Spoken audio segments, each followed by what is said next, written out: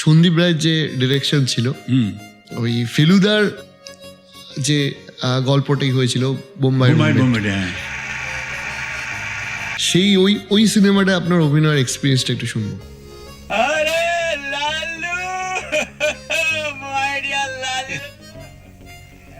মানিকদার যে অরিজিনাল গল্প, সেই গল্পে পুলক ঘোষাল ছিল জটায়ুর থেকে ছোট অরিজিনাল গল্পে। কি ব্যাপার? আরে তুমি এখানে কি করতে হয় ভিক্টর? তুমি ইঞ্জিনের কাজে জানে কথা থা? হ্যাঁ, টোটাল শুটিং কি হলো?